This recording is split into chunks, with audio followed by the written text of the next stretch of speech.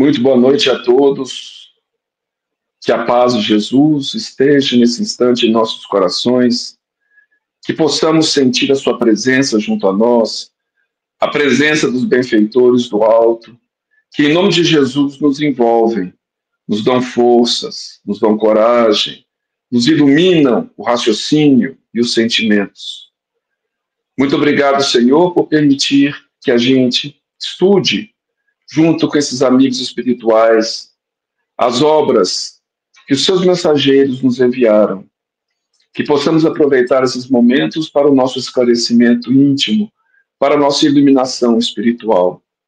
Abençoe, Senhor, o nosso lar, as pessoas que convivem conosco, nossos entes queridos, todas as pessoas, encarnadas e desencarnadas, que estão ligadas a nós, que estão, de certa forma, atravessando a mesma jornada que estamos atravessando aqui na Terra. Obrigado mais uma vez, Senhor, e permaneça conosco em todos os momentos de nossas vidas. Que assim seja. Muito bem. Hoje, continuando o livro No Roteiro de Jesus, vamos ao capítulo de número 39, intitulado A Escrava do Senhor.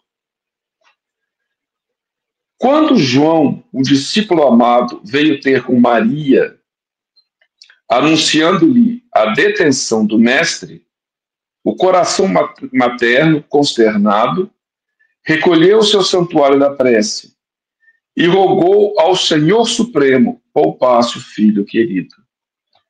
Então, a gente está vendo, né, Jesus foi preso, nessa situação aqui, Jesus já foi preso, e João, o discípulo, né, que depois viria escrever o Evangelho, por isso que a gente chama de João o Evangelista, veio falar com Maria, mãe de Jesus, que ele estava preso. Qual a primeira atitude que Maria tem? Recolher-se à oração. Então ela recolhe-se à oração e pediu a Deus que poupasse o seu filho querido. Pedido de mãe, pedido de Maria, esse espírito tão especial.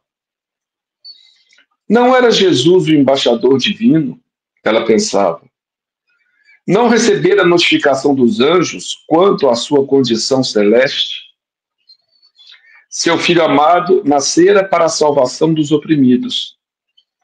Ilustraria o nome de Israel, seria o rei diferente.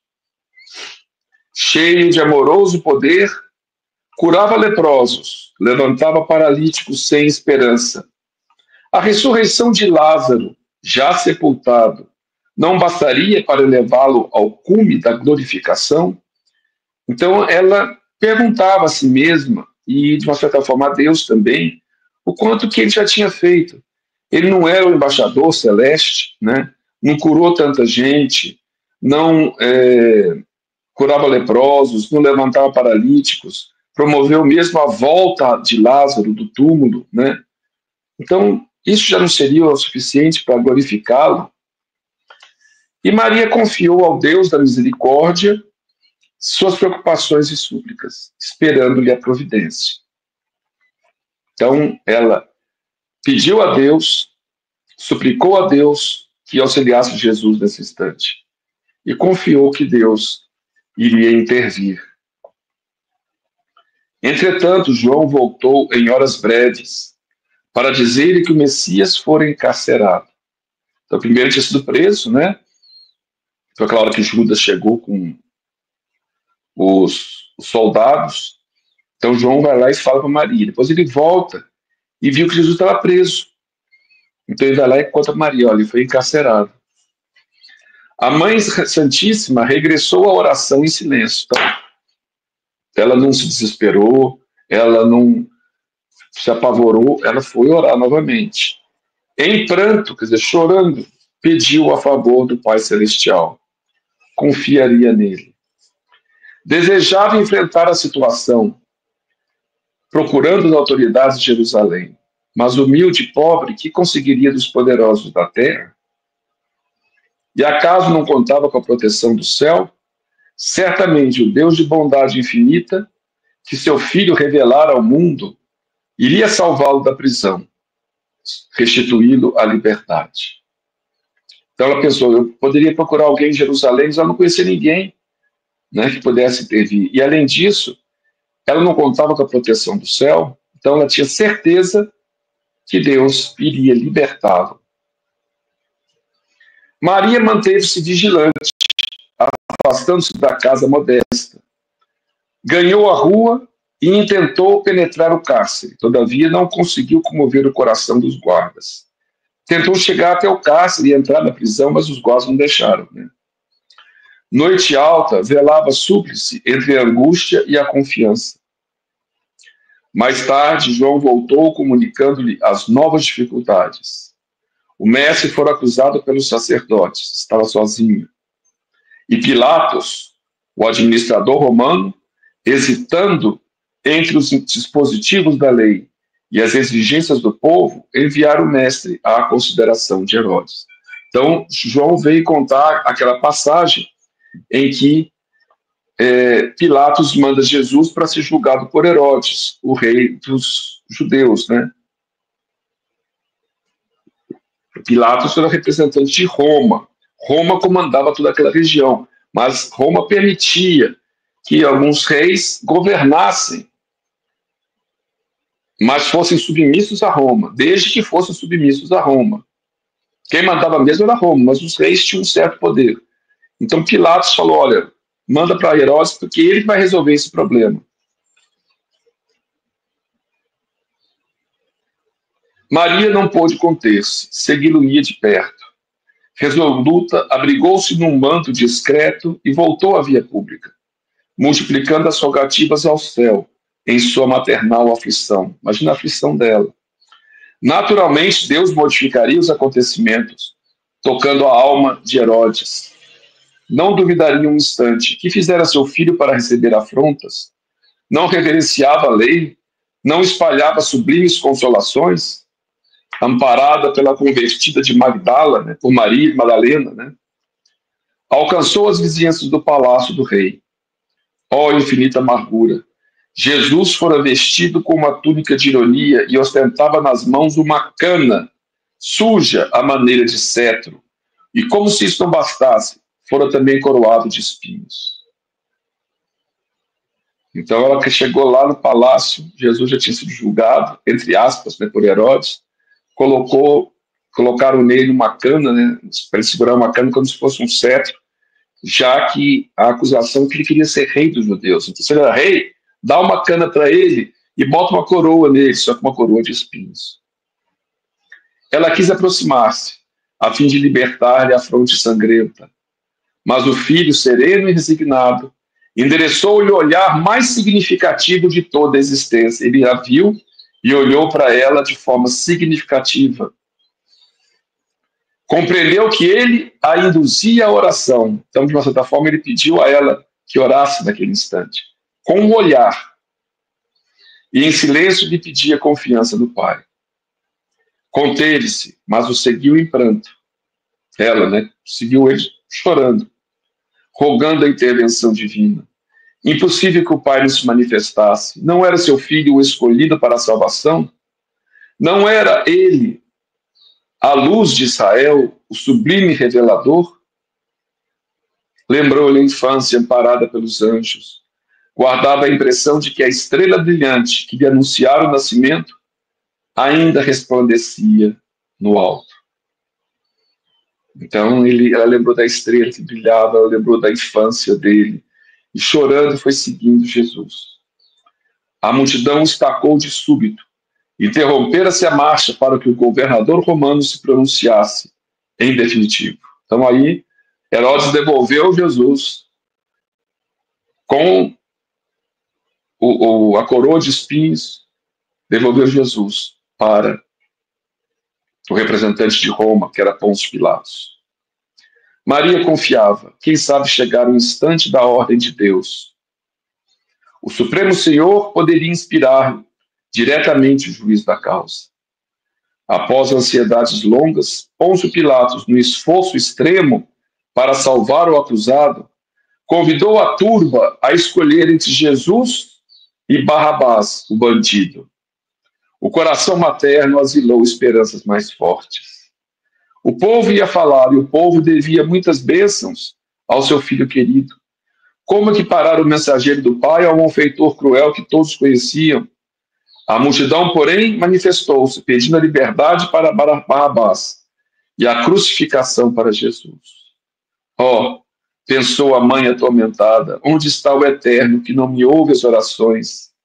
Onde permanecem os anjos que me falavam e luminosas promessas? Em copioso pranto. Então ela estava, a hora que ela viu que a multidão preferiu Barrabás, ela pensou, né, onde é que está Deus, o Eterno, que não ouve minhas preces? Né? Onde permanecem os anjos que me falavam em tantas promessas?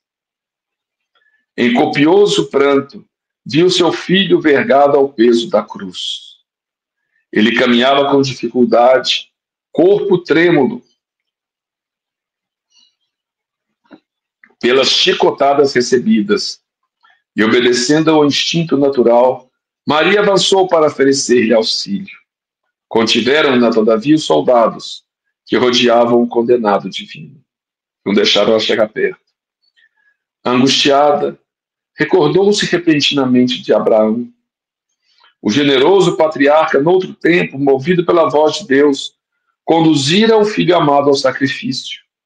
Seguira Isaque inocente, dilacerado de dor, atendendo à recomendação de Jeová. Mas eis que no instante derradeiro o Senhor determinou o contrário, e o pai de Israel regressara ao santuário doméstico em soberano triunfo. Certamente o Deus compassivo escutava-lhe as súplicas e reservava-lhe júbilo igual. Jesus desceria do Calvário vitorioso para o seu amor, continuando no apostolado de redenção. No entanto, dolorosamente surpreendida, viu-o levantado no madeiro entre ladrões. Então ela lembrou de Abraão. Como é que é a história de Abraão? Abraão era muito velho, né? Quando Deus prometeu que ele teria um filho. E ele teve com a esposa também muito velha, está lá no Antigo Testamento, de bastante idade, né? Idade muito avançada. Então Deus permitiu que ela engravidasse. E eles tiveram Isaac.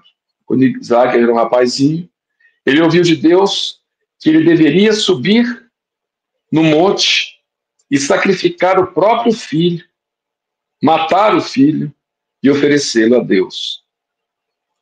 Foi o Senhor que lhe deu esse filho. Ele nunca poderia ter tido um filho naquelas condições que não fosse a intervenção divina. Então ele entendeu que o filho pertencia a Deus.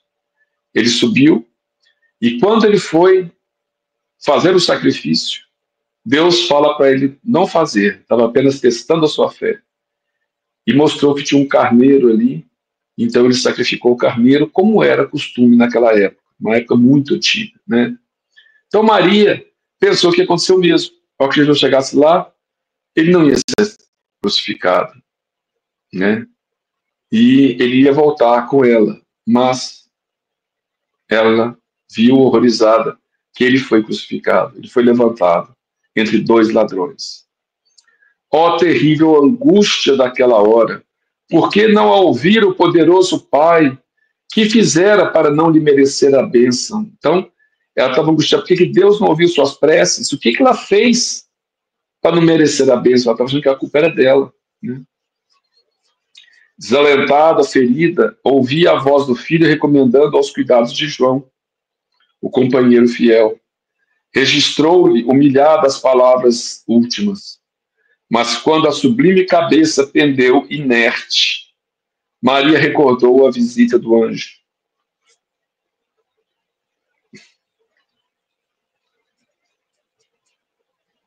Antes do Natal, quando o anjo visitou ela, antes do nascimento de Jesus, né? Em retrospecto maravilhoso, escutou-lhe a saudação celestial. Misteriosa força assenhorava-se o Espírito. Então ela sentiu como se a presença do próprio anjo que lhe anunciou estivesse com ela naquele instante. Ela sentiu força, uma força que nós, seres humanos, não temos, mas sempre Deus, através dos seus emissários, nos traz naqueles momentos mais difíceis de nossas vidas. Sim, ela pensou, Jesus era seu filho, todavia, antes de tudo, era o mensageiro de Deus. Ela possuía desejos humanos, mas o Supremo Senhor guardava eternos e insondáveis desígnios. O carinho materno poderia sofrer, contudo a vontade celeste se alegrava. Poderia haver lágrima em seus olhos, mas brilhariam festas de vitória no reino de Deus. Suplicara aparentemente em vão, porquanto certo Todo-Poderoso atendera-lhe os rogos, não segundo os seus anseios de mãe, e sim de acordo com seus planos divinos. Então, ela teve a certeza naquele momento que, embora o desejo de mãe dela fosse um, os desejos de Deus seriam outros. Jesus, nesse instante, estaria sendo recebido nas cortes celestes. E aquele gesto, sem dúvida, tinha um propósito maior que naquele momento ela não compreendia, mas depois ele iria compreender. Parecia tudo perdido, mas naquele momento é que estava começando, de fato, uma nova era da humanidade. Aqueles que o mataram acharam que venceram, pois, na verdade, ali começava a vitória final de Jesus. Foi então que Maria, compreendendo a perfeição, inspirada naturalmente pelo anjo, né? Compreendendo a perfeição, a misericórdia e a justiça da vontade do Pai, ajoelhou-se aos pés da cruz e, contemplando o filho morto, repetiu as inesquecíveis afirmações: Senhor, eis aqui a tua serva, cumpra-se em mim, segundo a tua palavra. Então a gente vê a grandeza desse Espírito, que, como qualquer mãe, rogou a Deus para livrar o seu filho do sofrimento, da morte, mas se rendeu. Através da prece, se comunicou, se ligou às esferas superiores. E o anjo do Senhor veio até ela e lhe deu forças e a fez compreender que tudo aquilo tinha um motivo maior. E ela então se ajoelha e fala como falou antes, quando recebeu a visita do anjo: Senhor, eis aqui a tua serva, faça-se em mim a sua vontade. A vontade de Deus é a confiança suprema, que a vontade de Deus é a melhor, embora no momento a gente não consiga compreender. Isso é a fé. A fé é que no amor de Deus, na bondade de Deus, quando tudo parece desmentir essa certeza. Isso é fé. Que possamos aprender com Maria, que possamos aprender com ela, que nos momentos difíceis que passamos, podemos e devemos orar, pedir para afastar de nós esses momentos, mas se assim não ocorrer, se passarmos por momentos difíceis, que possamos aceitar, compreender, entender que o Pai não faz nada que não seja por amor, não permite nada que não seja o melhor, e, aceitando a sua vontade, erguer a cabeça e continuar a jornada, com a proteção e o amparo dos mensageiros celestiais que nunca nos abandonam. Só nós que os abandonamos quando nos entregamos à revolta e quando nos entregamos ao desespero. Aí nos desligamos desses mensageiros e somos entregues a irmãos desequilibrados que estimulam, a seres das sombras que estimulam esses sentimentos em nós. Vamos confiar sempre, embora as dificuldades que estejamos atravessando. Vamos nos inspirar em Maria, a nossa querida mãe, o exemplo de mãe, e que para toda a humanidade acabou se tornando, de uma certa forma, uma mãe de toda a humanidade, né? É a ela que nos inspira e é a ela que nós rogamos a força necessária para superarmos os momentos mais difíceis de nossas vidas. Que o Senhor nos ampare, nos proteja e nos conduza, hoje e sempre.